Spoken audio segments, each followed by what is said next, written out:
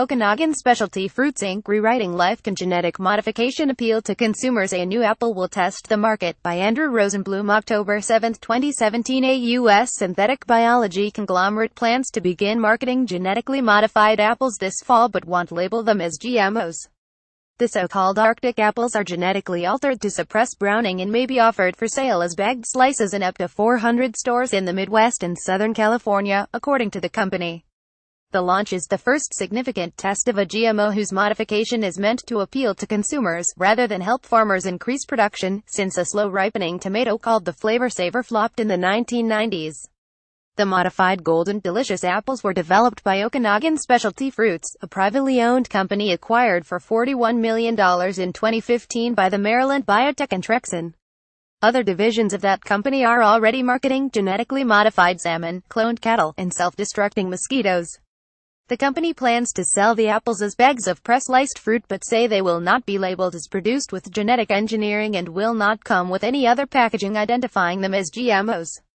Instead, as allowed under a 2016 labeling law, there will be a QR code that links to a web page with detailed information on how the apples were made. We didn't want put GMO and a skull and crossbones on the package, Neil Carter, Okanagan's founder, said this week during a presentation in San Francisco.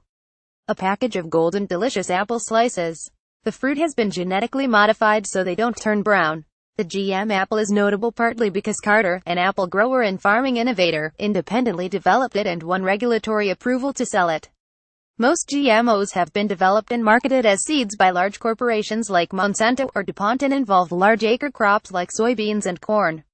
Using a technique called gene silencing, Carter and his research team engineered the apple's DNA to produce less polyphenol oxidase, or PPO, the enzyme that causes the flesh to turn brown.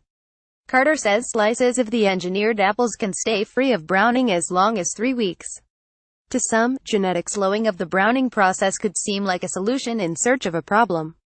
Commercial apple slices are already preserved with a mixture of calcium and vitamin C, which keeps them from browning long enough to be ordered via Amazon. At home, many cooks know a squirt of lemon juice does the trick, at least for a few hours. Groups opposing GMOs have protested the introduction of Okanagan's apples and pressured food companies including Burger King not to sell them. Friends of the Earth told The Independent that the Arctic apple is understudied, unlabeled, and unnecessary. Because of widespread opposition, genetically modified foods are subject to an array of labeling rules and even outright bans around the world, but David Zilberman, a professor of agricultural and resource economics at the University of California, Berkeley, says the apple doesn't present any health risks and that Okanagan's decision for discreet labeling is justified. Cigarettes have a huge label, but GMO is not cigarettes, it's not poison, he says.